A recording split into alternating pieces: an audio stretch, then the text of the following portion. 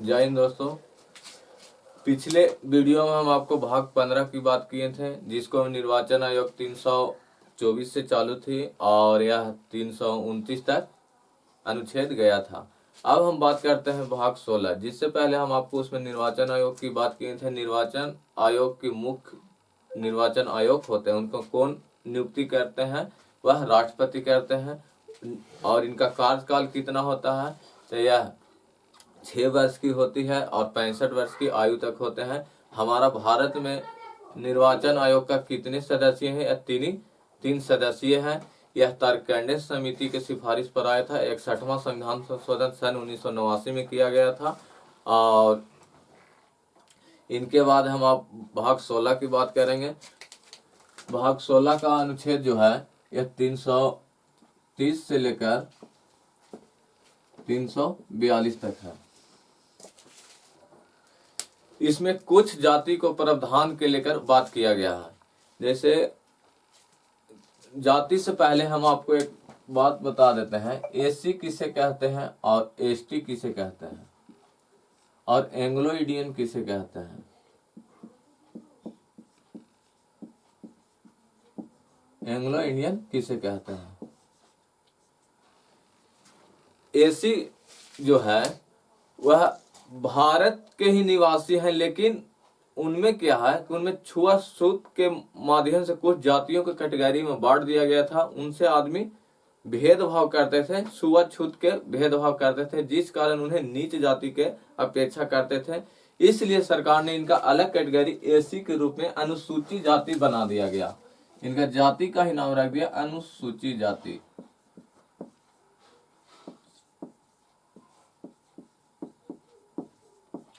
और एसटी जो है, एसटी को यह तो भारत के ही मूल निवासी है, लेकिन सामाजिक और आर्थिक दृष्टि से यह समाज से हम लोग से दूर रहते थे, जिस कारण से इन्हें मुख्य रूप से आदिवासी लोग कहते थे। लेकिन यह सरकार के नजर में क्या है? अनुसूचित जनजाति।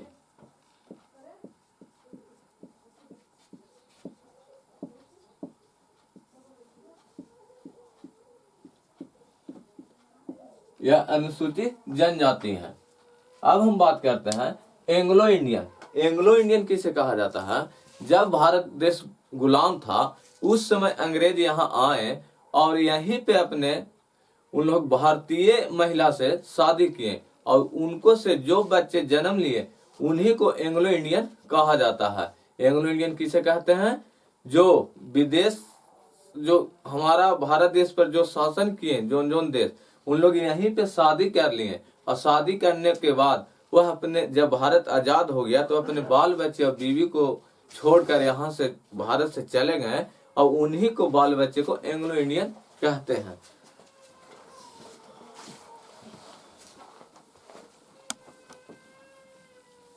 अब भाग 16 की बात करते हैं। भाग 16 में जो है, इसमें कुछ जातियों को वर्गों के आधार पर लोकसभा में आरक्षित की बात करता है और नौकरी के लिए आरक्षित की बात करता है। लोकसभा विधानसभा में आरक्षित की बात करता है। वह हर जगह पर इन लोग की बात करता है, एंग्लो इंडियन की बात करता है। वह अपने आवाज को उठाने के लिए बात करता है कि हमें आदिवासी के तरफ से भी लोग आए, कि हमें किस नजर से लोग हमको देखते हैं, एसी जाति से कुछ हमें, वो हमें छुआछूत क्यों मानते हैं। इन्हीं को भेदभाव को मिटाने के लिए यह प्रावधान दिया गया है। यह भाग 16 में अनुच्छेद 330 से लेकर 342 तक है। अब हम बात करते हैं अनुच्छेद 330। अनुच्छेद 330 में कहा गया है कि लोकसभा में एससी और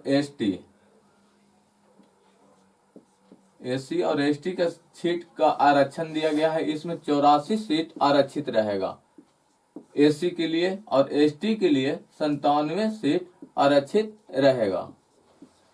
और लोकसभा में इनकी आवाज उठाने के लिए कि हमें क्यों जाति, ऐसे लोग जो भारत के हैं, जो हम भारत के ही निवासी होते हुए भी अपने ही देश में हमें नीचता का अब सामना करना पड़ता है, इसके लिए यह संविधान में भारत के इसीलिए संविधान को लिखा गया था कि सभी को नियम कानून के बराबर रहना चाहिए, एक दूसरे में एक कंधे में कंधे मिलाकर किसी को भी भेदभाव से नहीं रहना चाहिए।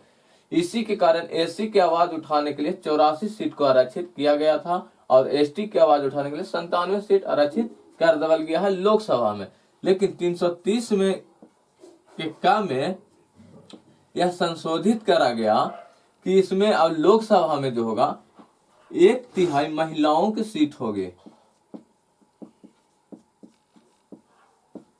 महिला की सीट होगा, जिसके लिए 106वां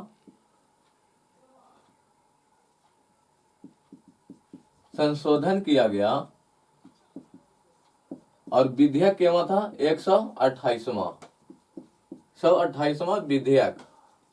अब हम बात करते हैं कि 106वां संशोधन 128वां विधेयक का इसका मतलब क्या होता है कि जब यह लोकसभा में जब कानून बनाते थे तो लोग देश के प्रति सोचते थे, इसीलिए यह कानून डायरेक्ट संशोधित नहीं किया जाता था, उस पर सोच विचार के वह पास कर देवल जाता था। इसी के कारण वह पहला भी इधर हम संशोधन होता था, पहला विधेयक भी होता था। इधर हम बात करते हैं, इधर हम विधेयक ले लेते हैं और इधर जो है संशोधन ले लेते हैं, संशोधन ले लेते हैं।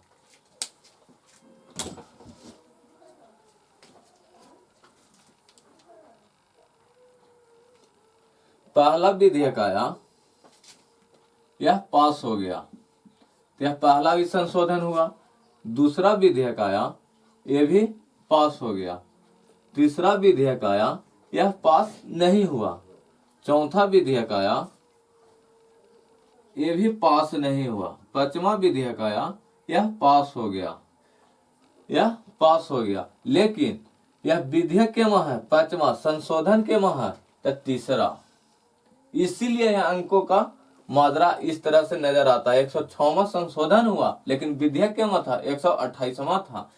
इसके बाद हम बात करते हैं कि छठा विधेयक आया और ये भी पास नहीं हुआ। फिर 7वां विधेयक आया, यह पास हो गया, तो यह केवा संशोधन हुआ, तो यह चौथा संशोधन हुआ। इसी प्रकार यह संख्या में अंतर हो गया है। जैसे जीएसटी का संशोधन केवा था तो 101वां संशोधन था, विधेयक केवा था तो 122वां विधेयक था। इसी प्रकार यह बात संख्या में बढ़ोतरी देखा गया है। जीएसटी में केवा 101वां संशोधन था लेकिन विधेयक केवा था तो 122वां विधेयक था। इसीलिए इन दोनों अंकों में डिफरेंट देखने को मिलता है। अब हम बात करते हैं इसमें महिलाओं के लोकसभा में सीट 1/3 की बात किया गया है। अब हम बात करते हैं 331।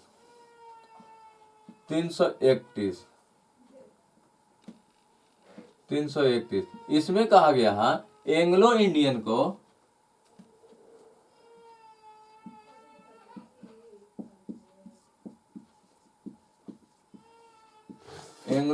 को राष्ट्रपति जो हैं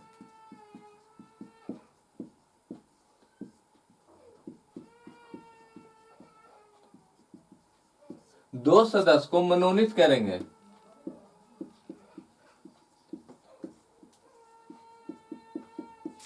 एंग्लो इंडियन के राष्ट्रपति लोकसभा में मनोनीत करेंगे, 2 एंग्लो इंडियन को राष्ट्रपति मनोनीत करेंगे। या इसलिए कि इन्हें लोग भारत में ही रहने वाले आदमी, इन लोग नागरिक थे, लेकिन इन्होंने कुछ लोग इन्हें अशब्द बोलकर बुलाते थे। जैसे अंग्रेज का लड़का है वो यहाँ क्या करे, तो बाप तो भाग गया, तू यहाँ क्या करते, तू देश छोड़ के चले। इसलिए वह अपमानित होने से बचने के लिए यह संसद में 2 सदस्य को राष्ट्रपति मनोनीत किए थे। अब हम बात करते हैं यह गद्य मनोनीत इंडियन का जो है यह प्रावधान हट जाएगा, क्योंकि अब एंग्लो इंडियन तो कोई रहा नहीं। जैसे 30 साल 40 साल 60 साल तक वह बच्चा रहेगा, उसके बाद उनको बच्चा हो जाएगा, वह तो फिर एंग्लो इंडियन नहीं रहेगा, वह तो प्योर इंडियन ही हो जाएगा। क्योंकि वह जब एंग्लो इंडियन था तो फिर तो वह इंडियन ही लड़की से या लड़का से शादी करेगा, फिर उनका जो बच्चा जो जन्म लेगा वह भारतीय ही कहलाएगा। इसलिए एंग्लो इंडियन का सीट अब खाली होने वाला है। अब हम बात करते हैं 332 की। 332 में कहा गया है विधानसभा में भी एसटी और एससी का सीट का आरक्षण दिया जाएगा। यह हर राज रहता है कि वह कितने सीट को आरक्षित करते हैं, इस पर के ऊपर हर राज्य अपना अलग अलग सीट आरक्षित करते हैं। अब हम बात करते हैं 332 के क की। इसमें भी कहा गया है विधानसभा में 1/3 महिलाओं के सीट को आरक्षित दिया गया है। 1/3 महिला के भी सीट का आरक्षित दिया गया है। उसके बाद हम बात करते हैं 333 के। इसमें भी एंग्लो इंडियन को विधानसभा में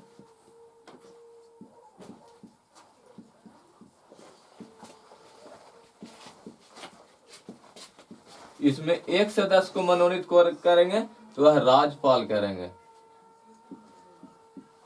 कौन मनोनीत करेंगे? वह राज्यपाल करेंगे एक एंग्लो इंडियन को। अब हम बात करते हैं 334 के।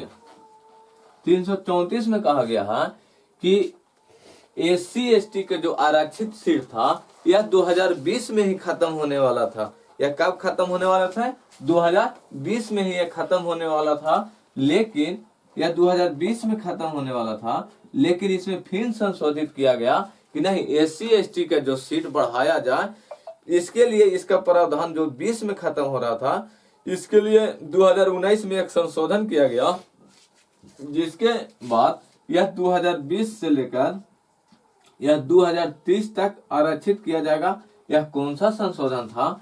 104 संशोधन था। और विधेयक क्या था? विधेयक 126 था।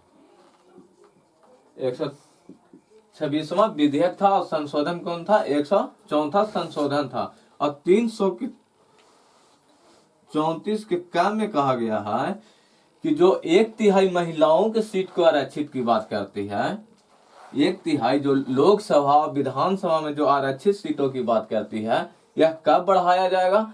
तो यह बढ़ाया जाएगा जब भारत में जनगणना पूर्ण हो जाएगी। जब जनगणना पूर्ण हो जाएगी तब यह 15 वर्ष तक यह आरक्षित सीट रहेगा। कब तक रहेगा? यह 15 वर्ष तक यह आरक्षित सीट रहेगा 1/3 महिलाओं के लिए।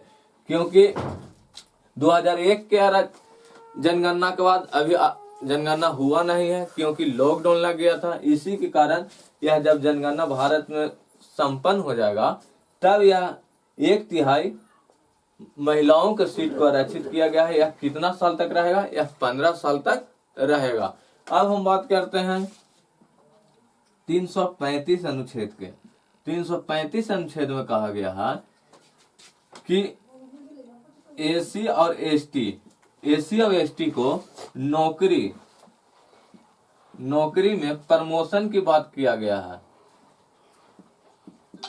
प्रमोशन की बात किया गया है कि अगर एससी एसटी का कोई व्यक्ति है उन्हें प्रमोशन दिया जाए। क्योंकि एससी एसटी के जो लोग हैं वह नौकरी करना नहीं चाहते हैं और उन्हें कंपनी में भी निजता का हनन होता है, जिस कारण इन्हें प्रमोशन भी दिया जाना चाहिए।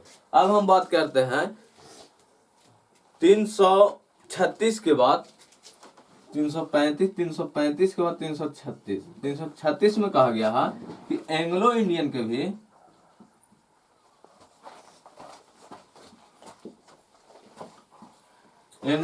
भी नौकरी में प्रमोशन की बात किया गया है। अब हम अगले वीडियो में बताएंगे 337 से।